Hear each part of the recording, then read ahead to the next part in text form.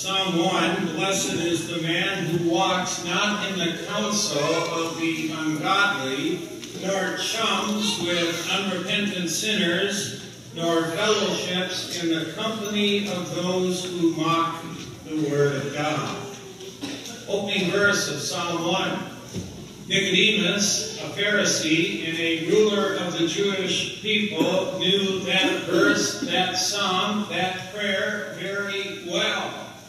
He knew how important the Word of God was, that these were foundational words. Not only because he was a pious Jew, but a Pharisee. He loved God's Word, and yet there was something missing in Nicodemus's life. Something was not quite right. His relationship with God was laced with more doubt than he cared to have in his life. We know there's good doubt in life, and there's bad doubt in life. There are a lot of things we should not take on face value. They don't line up with God's Word. They're not in step with Christ. Those things we should legitimately doubt. Then there is the doubt that comes from our own sinful flesh that we struggle with, that we might believe in Christ and not doubt His Word. So that is a common struggle each of us has. Some doubt, again, is quite healthy. Some is not good. In Nicodemus' life, he was struggling to understand the way of God much better. And in part, Jesus had created some of that good doubt in Nicodemus' life. He was challenging Nicodemus to rethink some of the things that he had been taught that were built more on the traditions of men rather than the Word of God. Nicodemus had heard how Jesus had miraculously turned water into wine. That first sign reverberated all the way through Palestine. People were still talking about it. And they were trying to figure out the implications of that miracle that caused such a great buzz.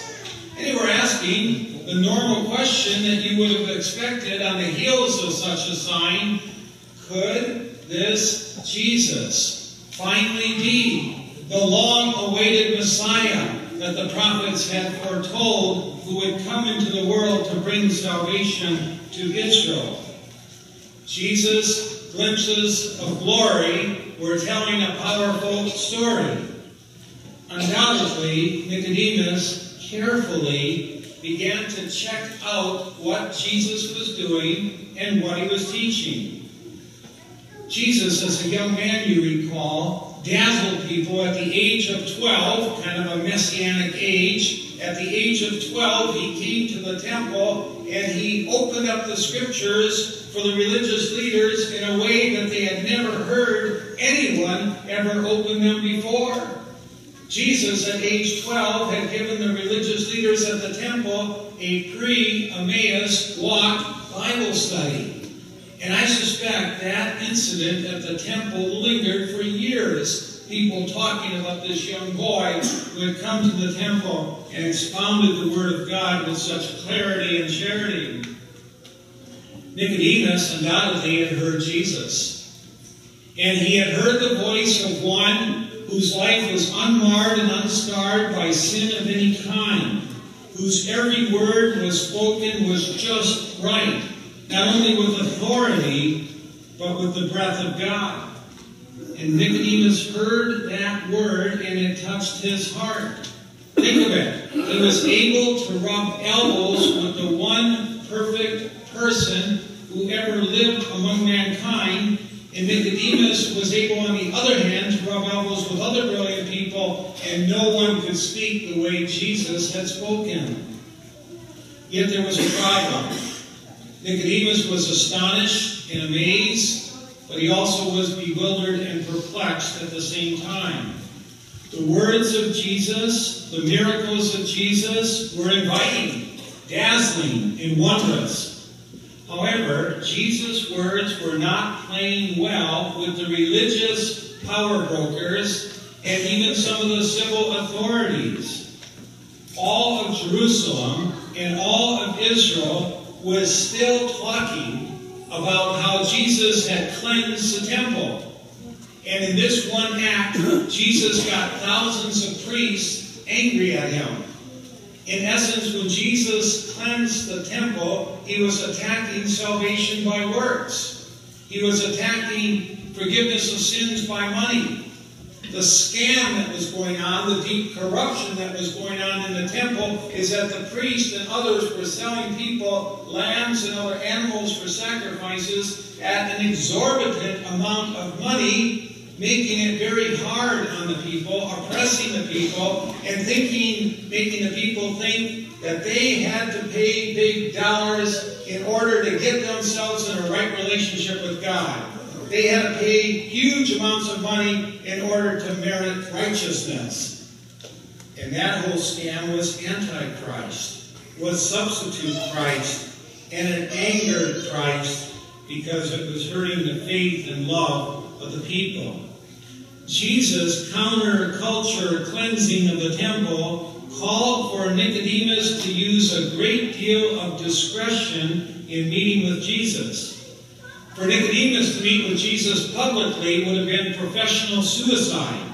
Such an action would have necessitated his ouster as a Pharisee. Now, you might be asking yourselves, what does this story have to do with me here in California, Missouri in the year 2015? Well, number one, we face the same kind of pressure that Nicodemus faced. There is tremendous pressure today to go along to get along.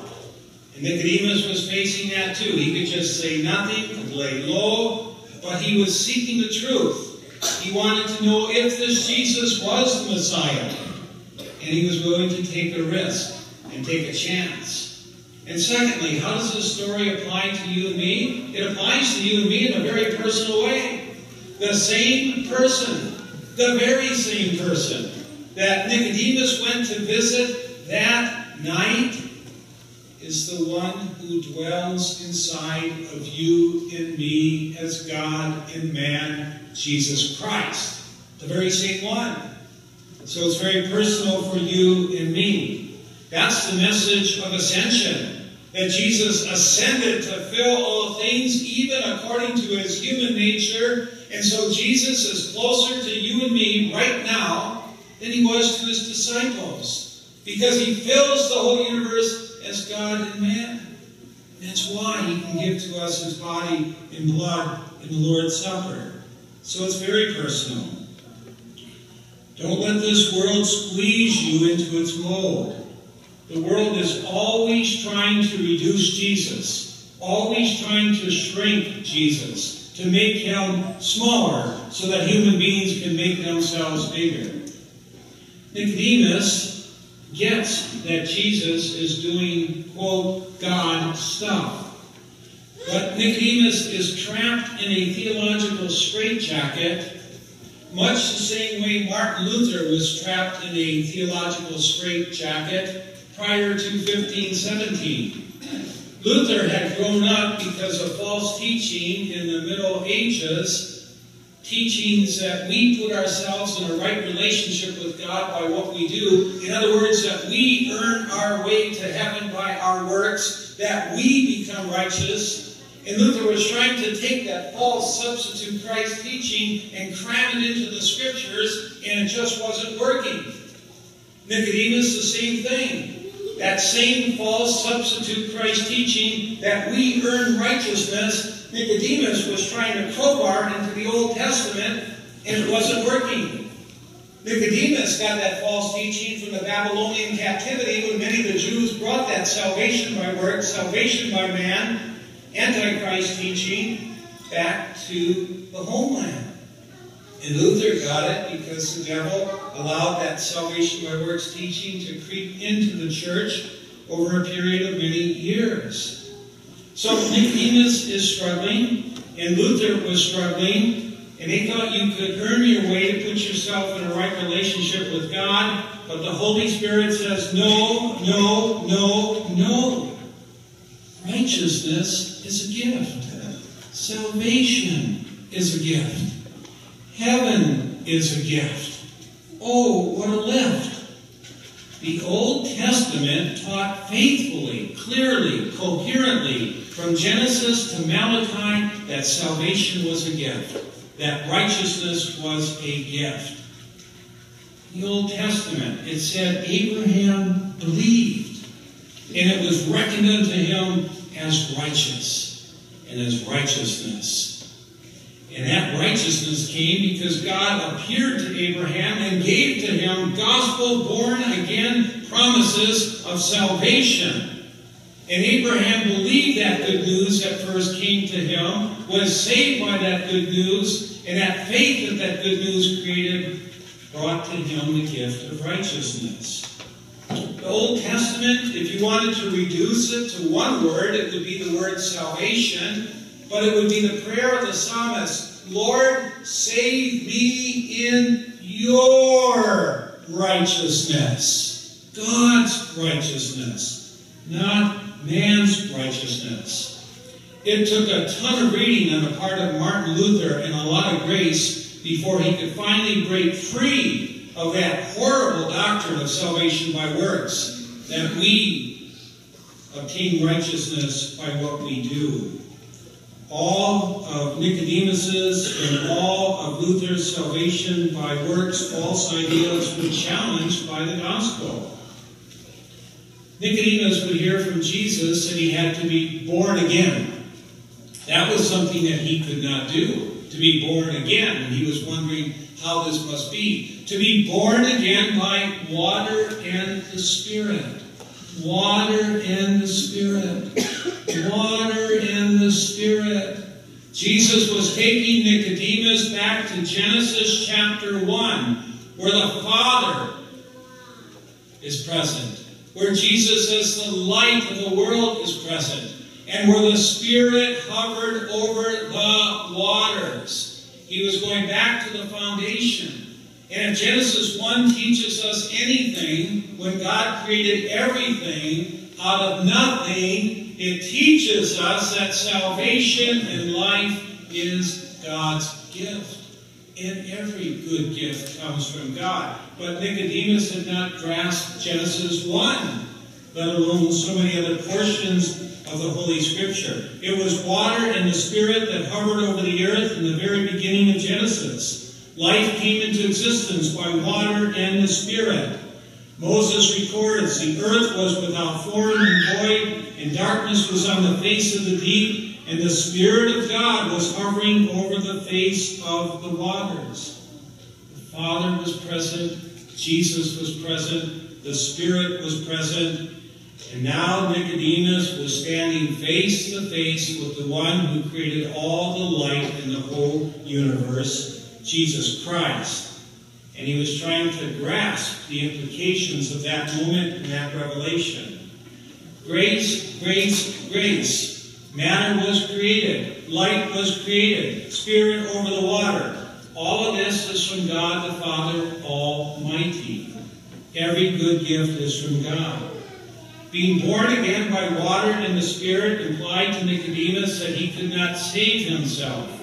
And that was shattering. It blew away his whole false doctrine and teaching that he had grown up with as a child, as a young adult, and a Pharisee. In one moment, Jesus said, no, grace alone.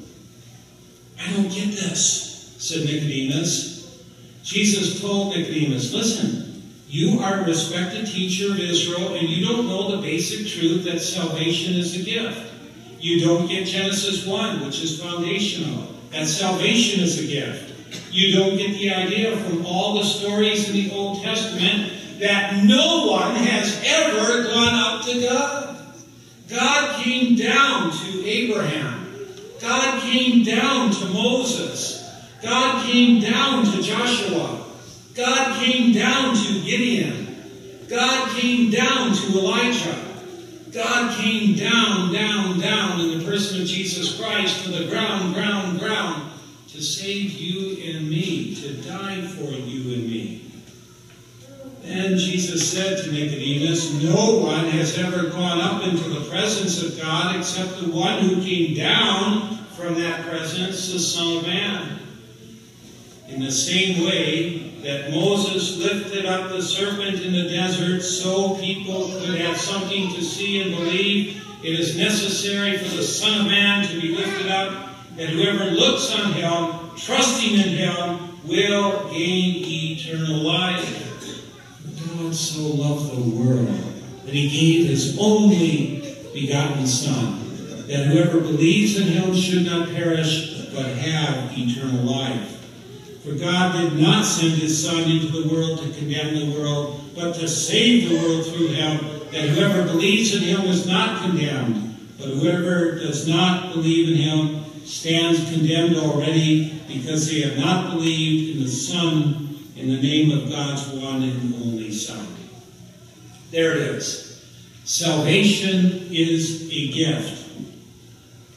The bringer of that gift dwells in you. The one who spoke to Nicodemus dwells in you. The Bible teaches that in baptism, Jesus incorporates you into his body. In other words, Jesus dwells in you right now. That should be enough to get you through the week.